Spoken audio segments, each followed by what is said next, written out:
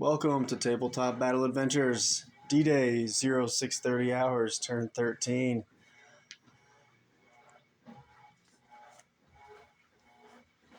The 506th platoon continuing to battle it out for the hedgerows. Going to have Sergeant Jake McNeese, 3rd Squad Leader, starting on ambush. 2nd Bazooka Team starting on ambush. Colonel Sink's going to be starting on ambush. We have Sergeant Caleb starting on ambush. 2-man LMG team starting on ambush, their 2nd squad. Another 2-man team from 2nd squad, one with the BAR starting on ambush. Over here we have the M5 3-inch AT gun starting on ambush. We have Sergeant Jory the sniper starting on ambush. And 1st squad assistant leader Sergeant Steven starting on ambush.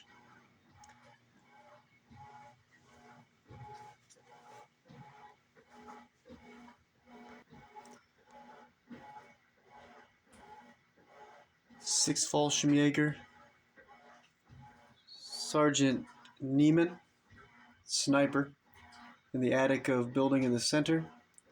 He'll be starting on ambush. He is still hidden in the attic of the hotel, the large building center screen. Sergeant Lehman of the 6th Fallschirmjäger, he's a sniper.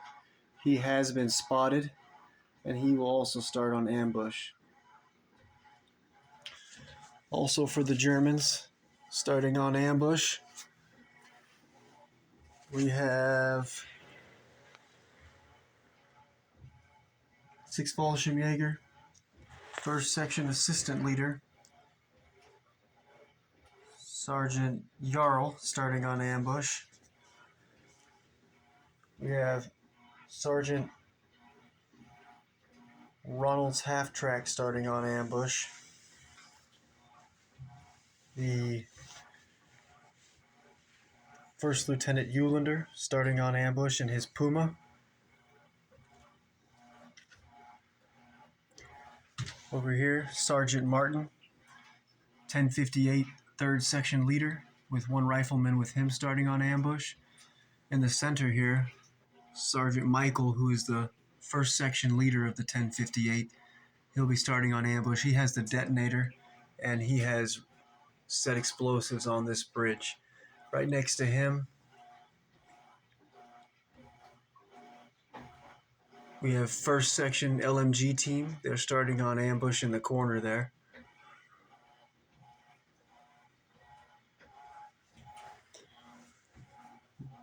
The 1058th, they hold the bridge here, which is one of the objectives. The 6th Fallschirmjäger hold both the bridges leading into Carentan, and the 6th Fallschirmjäger also hold the river lock here. And the 6th Fallschirmjäger hold all of Carentan also here. The Germans have the river lock open, and it is flowing. And so the 2 brown fields, normal movement, may run, vehicles can enter them, running, advancing's okay. All these green fields here are all flooded, only infantry and only advance, no run, and no vehicles.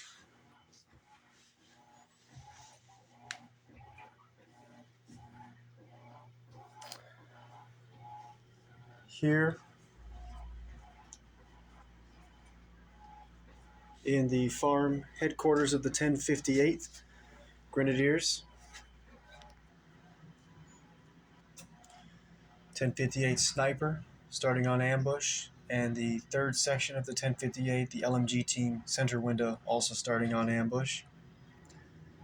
Lastly, for the Germans, we have 1058 Platoon Sergeant Robert and his 1 messenger starting on ambush. Over here on the Germans' right flank for the 1058,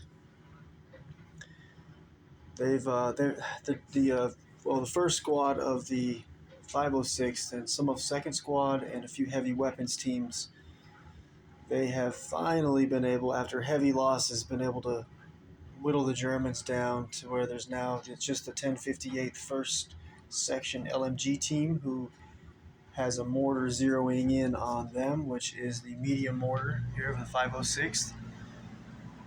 And they will be getting hit on a 5 this time. But that's the only 4 soldiers still alive here. So they're finally breaking this flank. Nearest reinforcements here would be the 6th Fallschirmjäger, 2nd Section Assistant Leader. Should be Sergeant Hauser, and 2-man assault rifle team, Panzerfausts. 6th Fallschirmjäger Forward Observer, 3-man team here. Or 3rd Section Assistant Leader of the 1058th Grenadiers. This would be Sergeant Logan. So this flank for the Germans seems to be crumbling.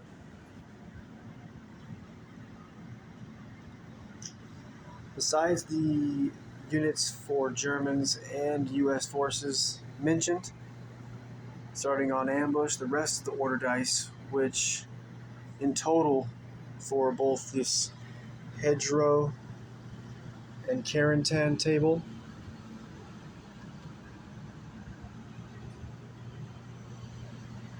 which has been a heck of a fight for 13 turns now.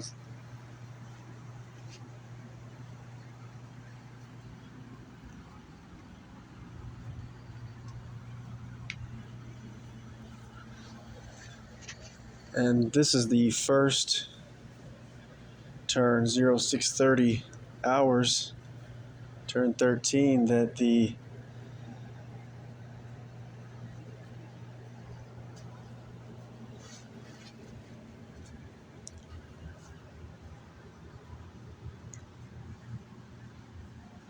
second table here will now be involved in the battle. This is Omaha Beach. This is from the German side, looking toward the beach. The U.S. force landing craft are headed toward the beach this turn. We had 2 preparatory bombardments from the Navy and only ended up with a whole bunch of pin markers and only 2 KIA for the 916th Grenadiers defending Omaha Beach. And in total, for both tables, both Omaha Beach and Carentan and the hedgerows, there'll be around 100 U.S. order dice and around 77 German order dice in total. To get more of the details of what's happening, I did a couple videos ago, 3 videos ago, was the 0630 hours Omaha Beach introduction video, and that one explains more in detail where all of the different units are located. And if you want to know the details, you're going to have to watch that video. It'll take me 10 more minutes to explain everything. So I'm ready to get some dice out of this bag.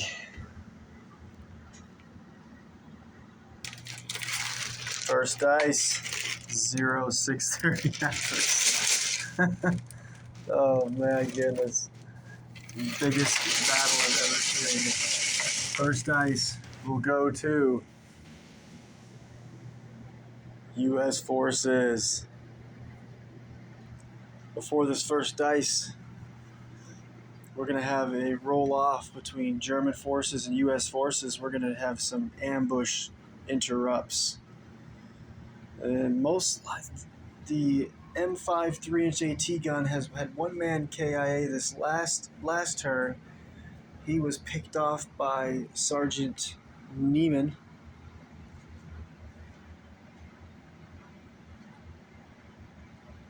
who, as I mentioned, is in the attic of this building and who is still hidden even after the kill.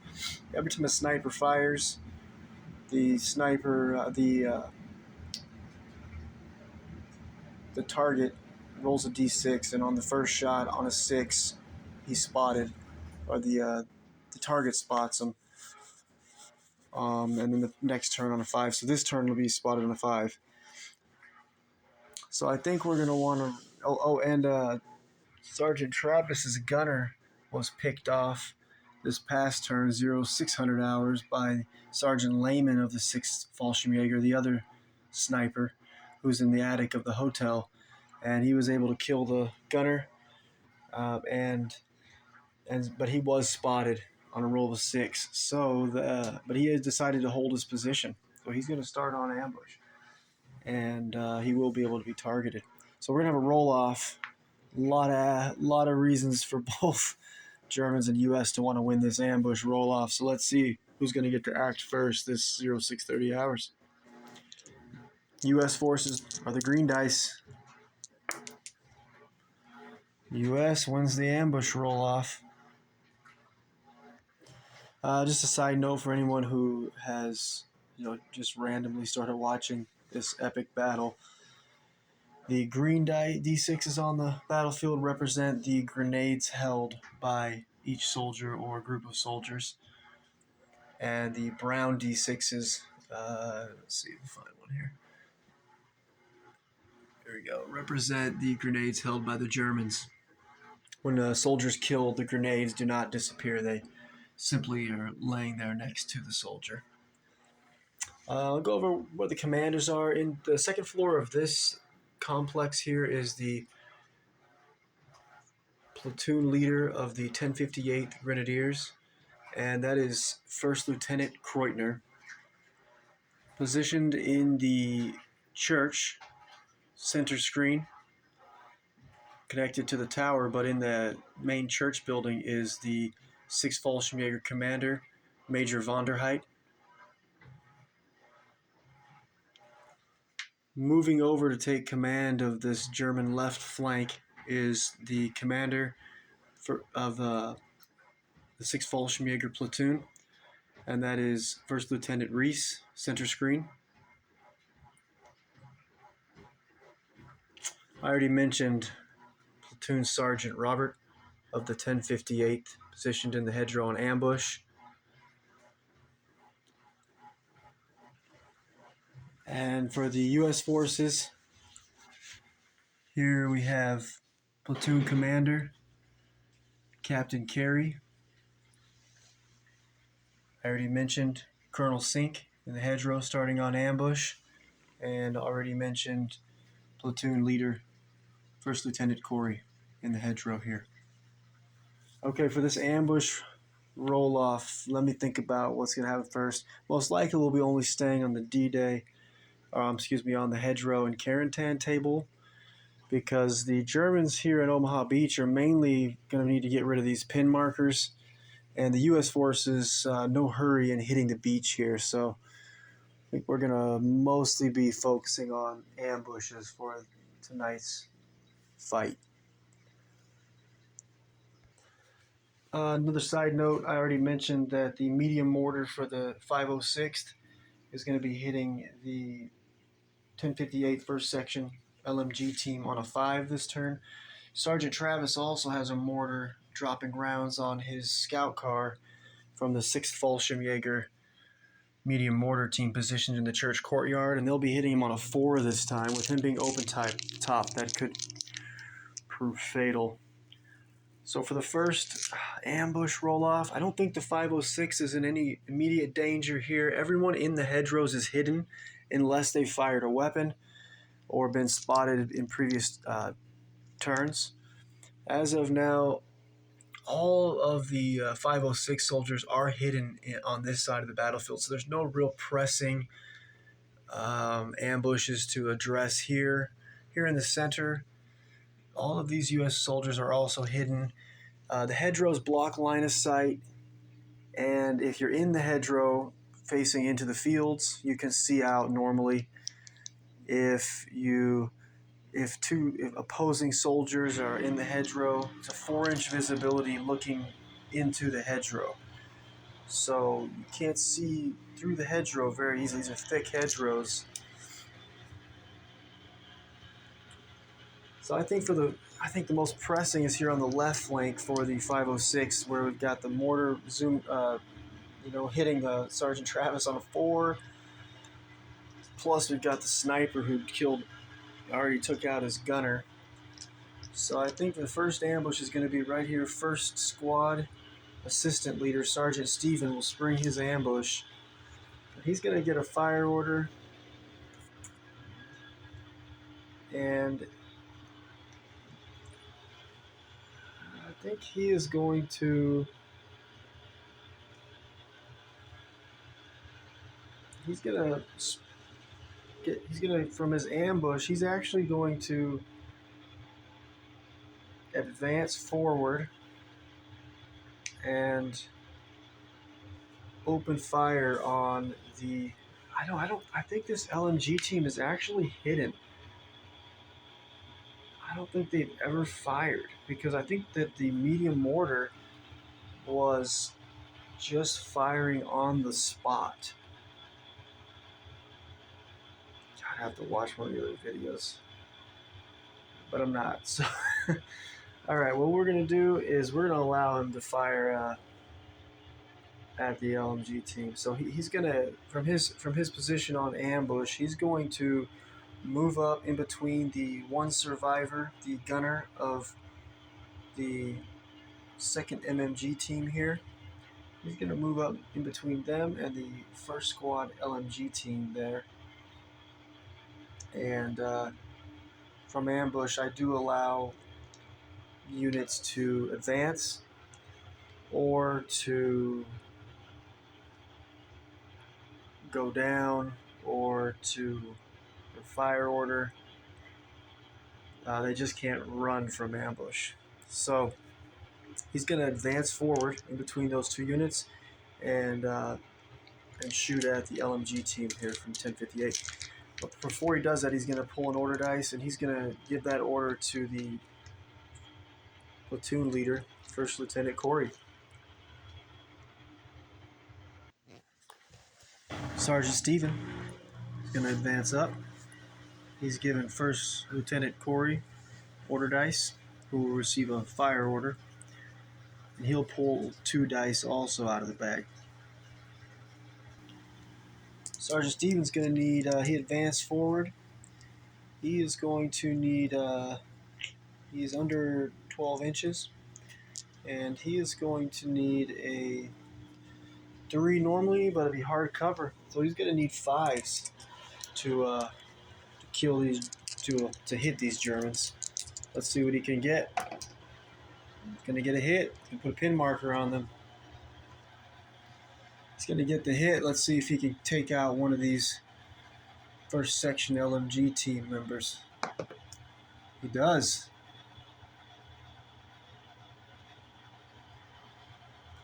Let's see if he gets to choose if it's the gunner or if it'll be the loader.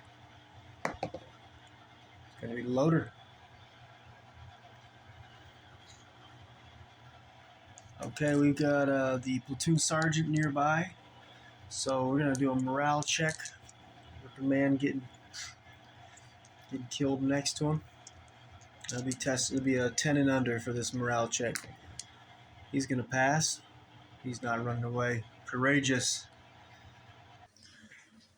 Great shooting by Sergeant Steven. Next up, First Lieutenant Corey. With his first order dice, he's going to give out... Actually, first of all, I wonder... He can give out 2 order dice, but he could also call in, like, he can call in artillery strike, air strike. We should call in an airstrike. Definitely not here on this hedgerow, too close to our own soldiers. Also, probably don't want to call an artillery strike in either.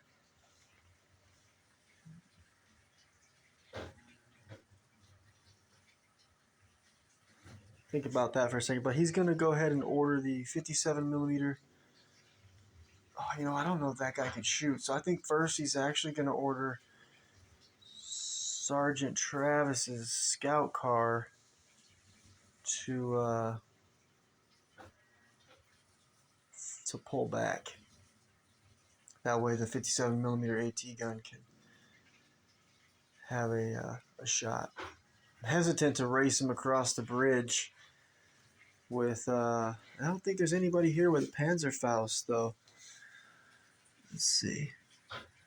Yeah, Sergeant Logan, the 1058 3rd Section Assistant Leader, has a Panzerfaust.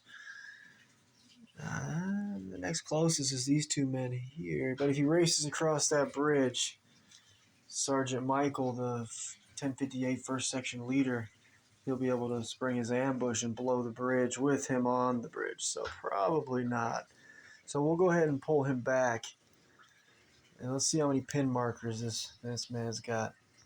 Sergeant Travis' scout car is going to receive an advance order. He's going to reverse. If he passes his orders test, he's going to reverse just one length back, I think. Enough that the 6 Fallschirmjäger medium mortar will no longer be hitting him on a 4. And he'll still be able to open fire. So I think, yeah, that's what he'll do. So he's going to need to pass this orders test. He's got a couple of NCOs next to him, plus the LT here. So he's going to be it'll be 10 and under. That'll be a re-roll on that. We'll call it a 3. It's mostly 23. So he's going to pass. He's going to get rid of that pin marker. And he's going to just back up enough to one length back. All right, Sergeant Travis has advanced, reversed backwards, and he is now clear. So we'll switch this medium mortar for the 6 Fallschirmjäger back to, he'll have to pick a new target. And then also, he can't fire the 50 because his gunner got taken out, but the light AT gunner can fire, and he's going to go ahead and take a shot with his new position. I don't think he'll be able to... I'll get the laser pointer out. We'll check it out. First, though, we better switch this back to a 6, and 6 Fallschirmjäger medium mortar is going to need a new target this turn. There we go. Now we'll get the laser pointer out and see if Sergeant Travis's scout car can still take a shot at the sniper that killed his gunner in the hotel. All right, let's see.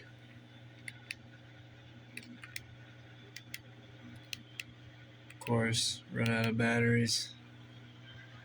Well, we're going to let the man shoot. So let's see, it's a light AT gun, 48-inch range. I do allow him to shoot over 48 inches, but it'll be another -2.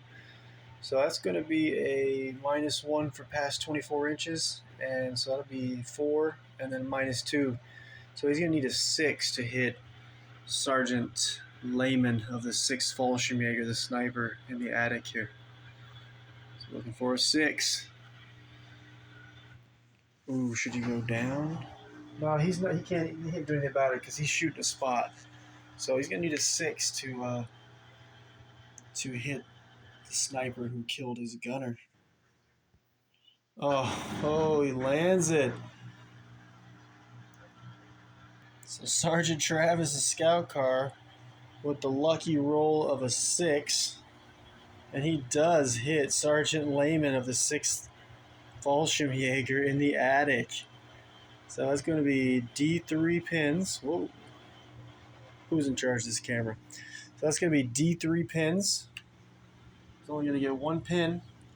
And then let's see how many hits. It's I only run 2-inch. For HE, I only run the 2-inch, 3-inch, 4-inch. No 1-inch. It's too small. So it'll be D6 hits. Ooh. 4 hits. He's in trouble, I think.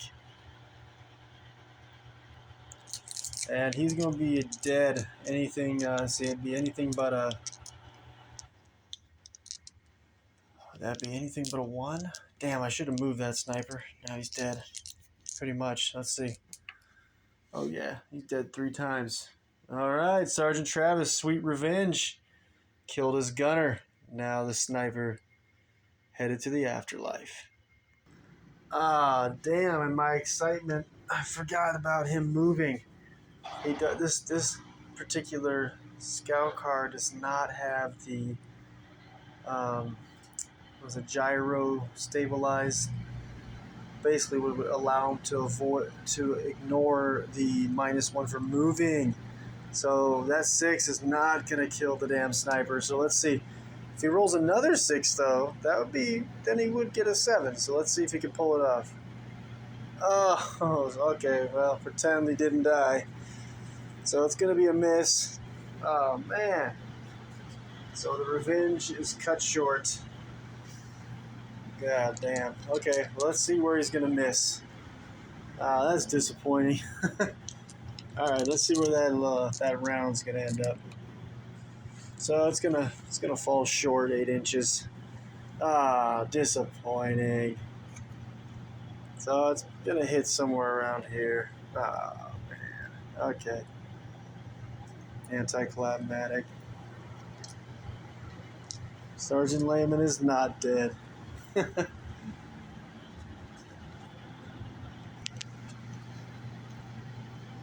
Damn. All right. With First Lieutenant Corey's second order dice, he is going to give it to the 57 millimeter AT gun, and I think he's going to take a shot also at the Sergeant Lehman. So he might not get off that easily after all. Let's see what happens. And this time, same situation, I think, only he's not moving, so it'll be on a 6. Let's see if they can get lucky and land this here. Needing a 6. Let's see if he can pull it off. That's enough. Let's see where that light AT round is going to end up, or rather AG round. Side note, I do also keep I keep track of the health of the buildings. They each have, for example, a building this size would be worth about 12 destruction points. This building, about the same. It's slightly larger, but it's already partially destroyed. This one would probably be more like a 16, 18. This one more like a 12. This building here, probably be a very huge amount, I mean. But anyways, when I get hit by any HE, I do keep track, so I put little markers here. So this one just took that hit. So when I took that hit from the 2-inch HE, I roll for the, D6 hits, and I rolled 2. So therefore, this building takes 2. So this building, 10 more hits, and this building will be removed from play, and then a pile of rubble will remain where the building was. I like to do that. I like to make the buildings destroyed as they get hit.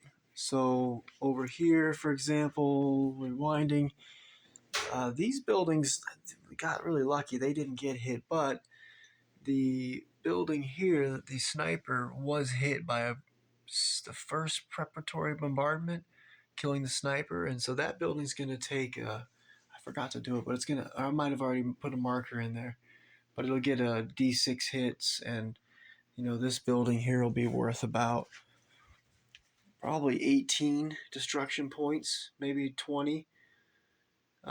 Something, so maybe like about 20, 24, because this one here would be worth 6. So therefore, this one's about 24. I like to do that because if the buildings get hit, how do you not add some kind of a destruction to it, right? Anyways, makes kind of markers everywhere. As you can see, I'm kind of go for realism as much as I can, even if it's a bunch of markers everywhere. Regardless, let's see where that 57 millimeter HE round is going to end up after missing 6 Fallschirmjäger sniper Sergeant Lehman. Let's see where it's going. So it's going to overshoot.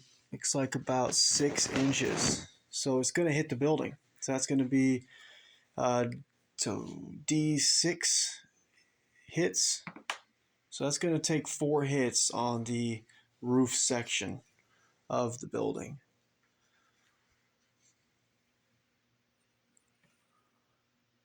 There we go. And I'll make a marker. 4 So when that roof hit, when that roof takes about 20 hits, which may never happen, or it might, that roof will be removed. And if, say, the second floor gets hit, 20 times, which once we get the tanks out here, once the U.S. 743rd Tank Battalion here, the aft tracks, and once the Germans reinforcements arrive a little later in the battle, these buildings will, and also the airstrikes, artillery strikes, naval bombardments when it comes to this table over here, Omaha Beach, it'll add up quick. Let me make a marker quickly here and continue. So a simple marker like this, -2 for this building being hit, and because of the hit on this building, just make a little note, roof -4 to get to about 24. The roof will be removed, and I'll put a bunch of cardboard debris on in its place. All right, let's see what's going to happen next. I don't think I'm going to use one of those artillery or airstrikes yet.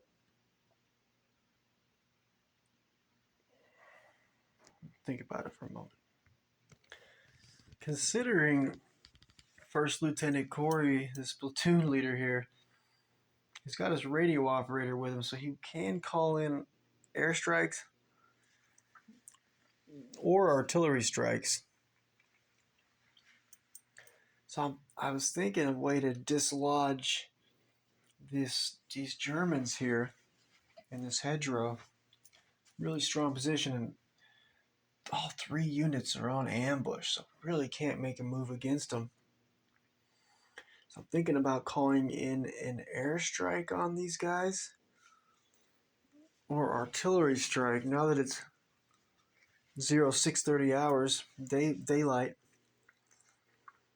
But artillery strike will be D6 plus 6 inch area that's going to get just devastated, which I'm pretty sure without measuring, I'm pretty sure that's going to put Sergeant Jory, sniper, in danger. First medium machine gun team in danger. Maybe even some of these soldiers here in the hedgerow. But I think it might be worth it. Also, these guys over here, the 2nd Squad soldiers being led by the 4th Squad Sergeant Matt. I think it might be worth it, worth the risk, because I can't get across this bridge right now without being blown up. So I'm thinking about doing it, and that might. And the Germans have to decide. They might have to run, lift their ambushes and fall back. And it could turn deadly for them and for our own soldiers too. Pretty risky.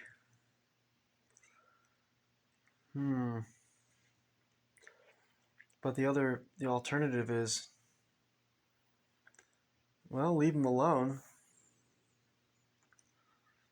And we have the Germans just about broken over here. Then we'd be able to push forward, take this hedgerow, and then be able to flank the Germans anyways without risking the artillery. We could call an airstrike in though.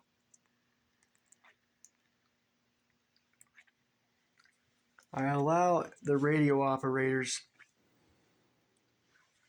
There's 3 radio operators for the 506th.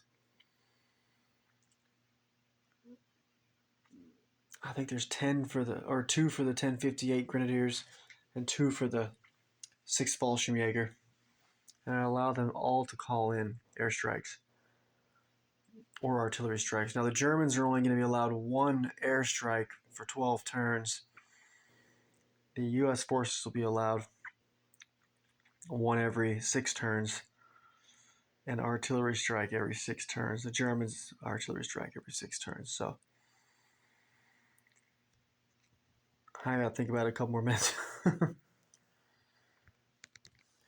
Okay, I thought it over, and all of these Germans in here have not opened fires. They are all hidden.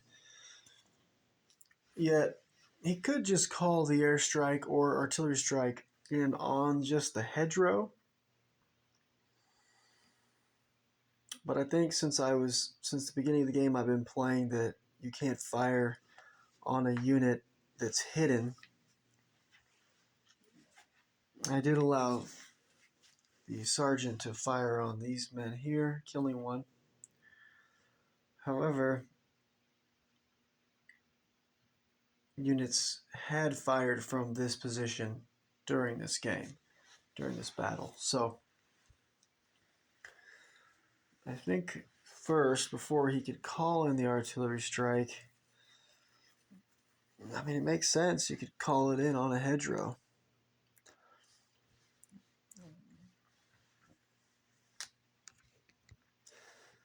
All right, hell, let's do it.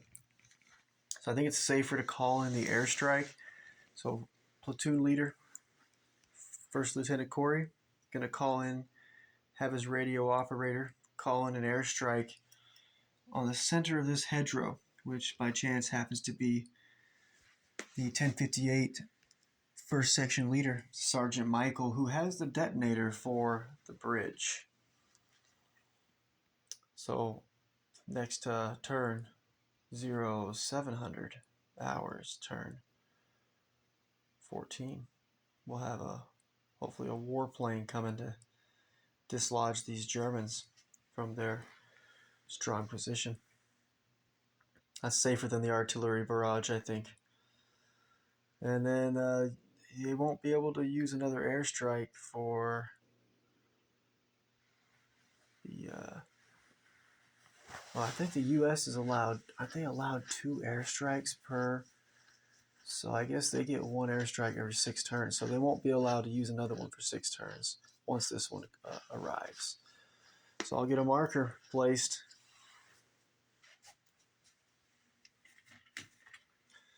Germans are going to have to make a choice now. There we go.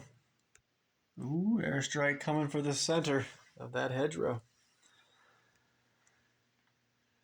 And then next up, we will have another. That'll take care of. I better make a note actually first, so I don't forget to roll for that airstrike next battle. I'll make a quick note here. There we go. Now I won't forget. With nearly 200 order dice and a 12x5 Carentan hedgerow table and a 7x5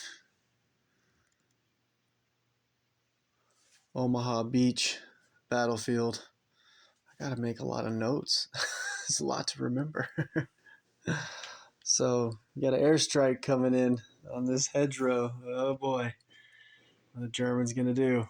Okay, so we still haven't got to the first dice of 0630 hours, turn 13. And we're going to have another ambush roll off when we pick this battle up. Tomorrow night's my paint night, painting some Anglo-Saxons to battle my Vikings. I got about 205 Anglo-Saxons I'm painting to battle against 205 Vikings. That'll be next year's big battle. Well, actually, that'll be once I finish up the Omaha Beach game. I'll be starting a Viking invasion from the beach there. We'll remove all the World War II era terrain and setting up a Anglo-Saxon town here at the top of this hill. And the Vikings will be assaulting the beach here. So getting those soldiers ready for next year. But anyways, yeah, I think it's going to wrap it up for me for tonight. Got a busy day on the farm tomorrow. But when we get back, we'll have another, so tomorrow paint night, then a build night. I'm working on building some 15 millimeter American Civil War soldiers.